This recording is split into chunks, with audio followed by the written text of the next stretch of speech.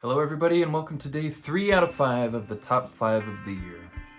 We left off at, the procedure and moving forward with the wedding. And so today I'd like to share one of the most wonderful days of my life, which was my wedding day that had to do with our sharing of our symbols in Mexico with all our dear friends. And first of all, we chose Mexico because that's where my beloved is from. That's where she was born. And the place that we were wed was at this gorgeous place called Casa Angelitos, the House of the Little Angels.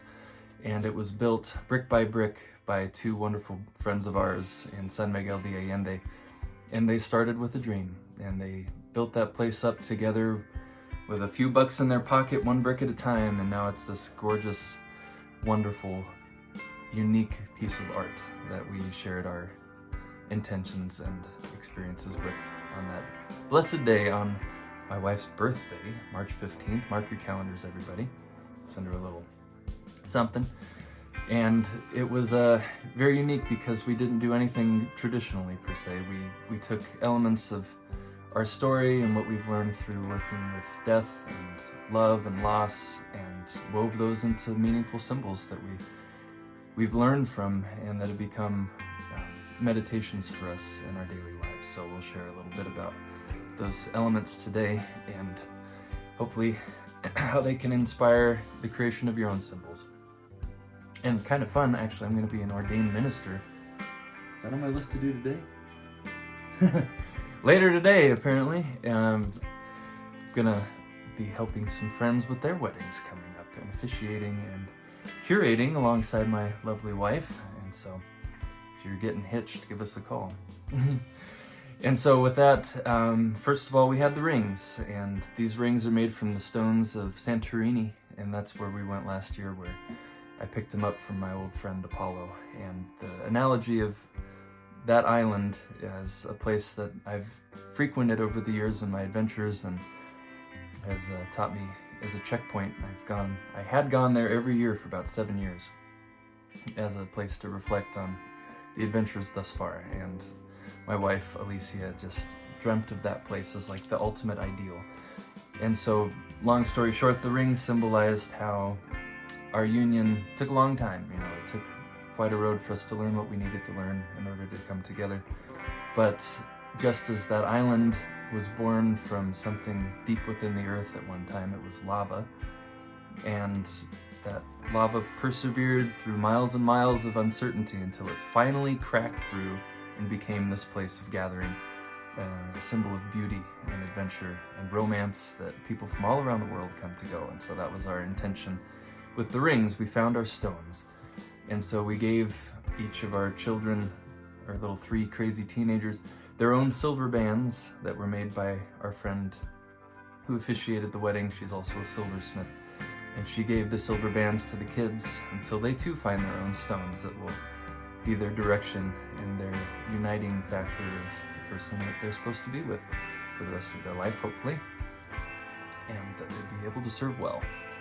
And so then we had flower petals of old and new that were laid before Alicia as she walked with her mother. And the youngest, the son, escorted her to our little gazebo on the terrace. And the symbolism between those flowers is similar to what I shared in the first video, where we realize that life is fragile and it is brief and it is so precious. And with the old flowers laid with the new, it was a symbol of the passage of time and how, though the flowers may have dried long ago, they're still able to speak and to tell a story and to share how precious life is. And so then we had every guest of ours be given a little tin heart. So it was stamped with the initials I am, which is our initials as a married couple, Alicia, Ian McCarter. So we are became I am, essentially, and I thought that was kind of nifty. But the symbolism of that is how with each one of our guests, with that heart of theirs that were intended so that they kind of give that a little good intention, and then they would lay it in the the pot for melting, and we melted everybody's tin hearts together. And I had this a cast made from our hands, which is right here. Actually, this is Alicia and my clenched hands together. You see our little rings in there. And so we essentially created that sculpture to symbolize how everybody's a part of this union, and our dear friends and family that were in attendance are part of this love and this story and this bond, and how this shared experience is something that we all carry with us. And I thought that was a very special way for all the guests to be involved and immortalized, in a sense, in this sculpture. And then we gave the mothers a lantern each, and they were, at the end of the ceremony, they were to lead us to the higher ground where the reception was taking place, with the music and the food and the celebration, and essentially how our mothers have been such powerful examples to us as we've learned, and they've lit our path with their experiences and their mistakes and and their victories and all the in-betweens. That was really nice. And so after that, we had a mariachi band come and play for us, and of course, they were dressed in blue. For those of you who've listened to my Mojave Ghost album and the song Blue Mariachi and how it has to do with Mexico, that was a pretty crazy coincidence there that they all were dressed in blue, of course. And so then we had each table decorated with oranges, and I think some of you may know where this is going, where everyone at the table was encouraged to squeeze the juice and fill each other's cup. So the other person that they were with, whether it be a friend or a partner or a stranger at the table, or maybe a new friend they'd never met, they filled their cup with that orange juice, and of course just a dash of mezcal. And Alicia and I did that as a little celebration initiation with the Media Naranja song that I wrote for her a long time ago. We got to do our first dance to that, and how fitting it was. And we were able to sing The Forge with the mariachi, but in Espanol, which was translated to La Forja. And that's the music you're hearing floating in the background. It was inspired by one of our precious members of our music group with the VA, the Legacy Group, who lost her husband, and inspired the song The Forge, and how that analogy of when there's love and closeness, that heat of life and the pressure, very similarly to steel and the melting of metal, can unite us and unite those two people in love, so that they literally become a part of each other forever. That love never leaves. It's true. And so with that, at the end of the grand celebration, we had our little honeymoon, and on the wedding day, Alicia was in her wedding gown, and she was signing the papers for the agreement of sale for the property that we've been preparing for the previous few months, day in and day out. And so that was really precious. It was like a little wedding gift from God, and saying, there you go, on to the next chapter with some money in the pocket.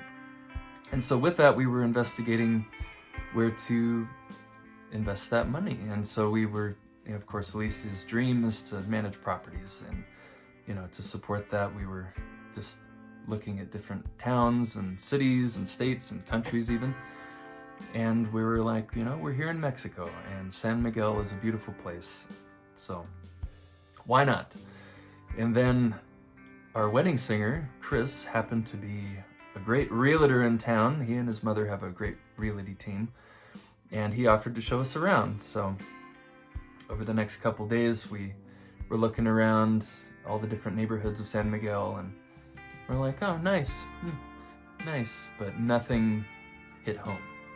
And so we went home that evening, and we were thinking, just, with what we do and our intentions to heal and to build with our creative works, with the Ashes art and the legacy songs, we want to build upon what's broken, and we want to help repair what's needing love, and essentially to restore it into something new and to transform it. And so why don't we do that with land? And so we called our realtor, and we're like, we're looking for ruins. What do you got? And he's like, oh man, I don't sell ruins. I sell properties, but you never know. And so he's like, I think I know where I'm going to take you. So in the next video, I'll speak more about what happened next.